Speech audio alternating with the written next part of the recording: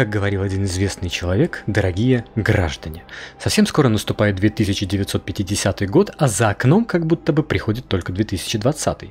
Все эти 12 месяцев мы вместе с вами строили этот замечательный канал, создавая, может быть, и небольшое, но дружное комьюнити. Возможно, кто-то считает наши стримы скучными, или, может быть, направление было выбрано неверно, но мне кажется, что именно такими должны быть правильные трансляции. Уютными, смешными, часто совершенно хаотичными, но наверняка абсолютно увлекательными. Да, это было непросто. Работа и реальный мир все крепче сжимают хватку на горле и отпускать совершенно не намерены.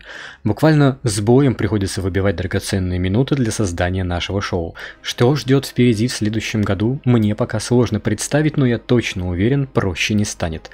Будет только сложнее. Уповать остается лишь на вашу неизменную помощь и поддержку, за которую я благодарен каждому из вас. Спасибо вам. И с наступающим, мои дорогие.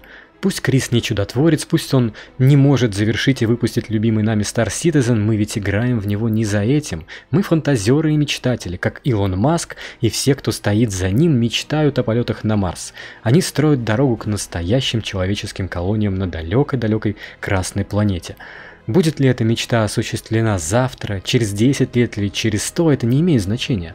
Рано или поздно эти люди достигнут своей цели. Как и они, мы мечтаем о идеальной игре, где реализуются все наши желания.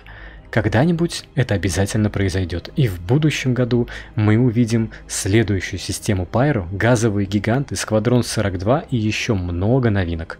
Но вы пришли сюда не за этими замечательными историями, а за новостями и интересными событиями в Star Citizen. И пока я не начал свой рассказ, не забудьте подписаться на канал, поднять палец вверх и даже можете помочь мне сделать этот контент еще лучше, став спонсором. Вот теперь можно перейти к интересному. 25 декабря Крис сделал нам подарок. Не такой, как вы ожидали, но все равно очень приятный. Уже ушедшие на каникулы разработчики поздравили фанов с Рождеством, показав новый тизер Сквадрон 42, наспех склеенный из синематиков, но по утверждению авторов на игровом движке. Надо признать, это было красиво. Не так красиво, как год назад, однако, чем богаты, тем и рады. В самом ролике есть много интересных деталей. К примеру, внушительная космическая станция, скорее всего, вандульского происхождения, а может быть и нет, похожая на раскрывающийся цветок лотос с несколькими лепестками. Очень бегло продемонстрировали переработанные, опять же, вандульские корабли, преобразившиеся с тех пор, как мы их видели в последний раз. Легкий файтер Блейд, использующийся для разведки и как штурмовик, маневренный асимметричный боевой истребитель Коса, его разновидность в этот раз симметричный истребитель Глефа и, наконец, еще один корабль, больше всего похожий на тяжелый боевой истребитель Стингер. Открытием для нас в этом тизере стали кадры с двумя весьма необычными гибридными кораблями. Не совсем ясно, чем они являются, то ли попыткой совместить технологии людей и вандулов, то ли творением инженеров пиратских фракций, но совершенно точно видно, что это вариации Мустанга и Катласа со значительно измененными деталями. В комментариях мы с вами можем поразмышлять на эту тему. Там же вы увидите большую станцию, которую многие стали ошибочно принимать за корабль Пионер. Действительно, некоторыми деталями они и правда похожи. Скорее всего, это горнодобывающая станция корпорации Шубин, а кое-кто даже предположил, что это база Архон в астероидном кластере The Coil системы Один. Все остальные детали тизера — это демонстрации кораблей Бенгал и Идрис, в том числе интерьеров, а также внутренних помещений уже упомянутой станции Шубин, самой системы Один и обрывочные кадры вандульских капитальных судов. Подробности и ответы мы с вами, скорее всего, узнаем только из сюжета Сквадрон 42. Бета-версия ожидается в 2020 году, а релиз, видимо, придется подождать до 2021. Главное разочарование последних дней – это полное опустошение карманов наших персонажей путем изъятия стартового бонуса в размере 5000 УЕК. Если вы заметили, то после обновления до версии 3.8 и очередного вайпа прогресса в игре у нас стало значительно меньше кредиток. Теперь весь стартовый капитал будет состоять исключительно из той суммы, что положено для вашего аккаунта на сайте RSI. Однако на период альфа-тестирования в игре действуют так называемые альфа-уеки, и заходя в игру у себя на счету вы видите именно их. Начальная сумма в альфа-уеках в каждом цикле тестирования различается в зависимости от потребностей теста. Плюс к ним прибавляются все уеки вашего аккаунта, которые не связаны со стартовыми пакетами, например, купленные читы на игровую валюту. В моем случае я получаю всего 1500 уек. Да, вот такой вот я бомж. Придется подниматься с самых низов. Поклонники продукции Crusader Industries и в особенности те немногие, кто все еще считают Арес достойным внимания кораблем, будут рады узнать чуть больше о новой летающей вундервафле из вышедшей недавно статьи с вопросами и ответами.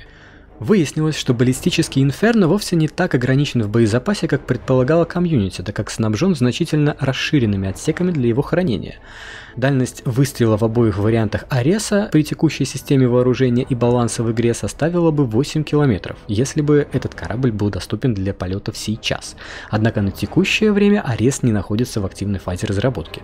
Самое интересное в статье – это ответ на вопрос о уроне, уникальной для корабля пушки 7 размера.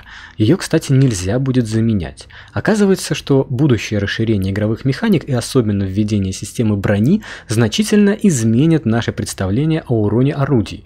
Он перестанет быть линейным, и мы получим такие новые параметры, как, например, проникающий урон. Таким образом, орудия большего размера будут наносить больше такого урона, а повреждения от орудий меньшего размера могут частично или даже полностью поглощаться броней. В этом и состоит основная особенность Ареса и его пушки.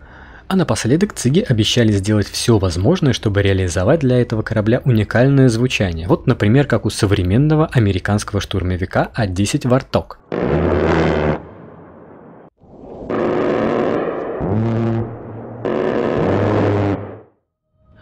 Релиз обновления 3.8 на лайв-сервера ударил по игрокам как гром среди ясного неба, в первую очередь наличием огромного числа проблем. С чем они в действительности связаны, нам, простым смертным, никто, конечно же, не расскажет, так что можем лишь предполагать.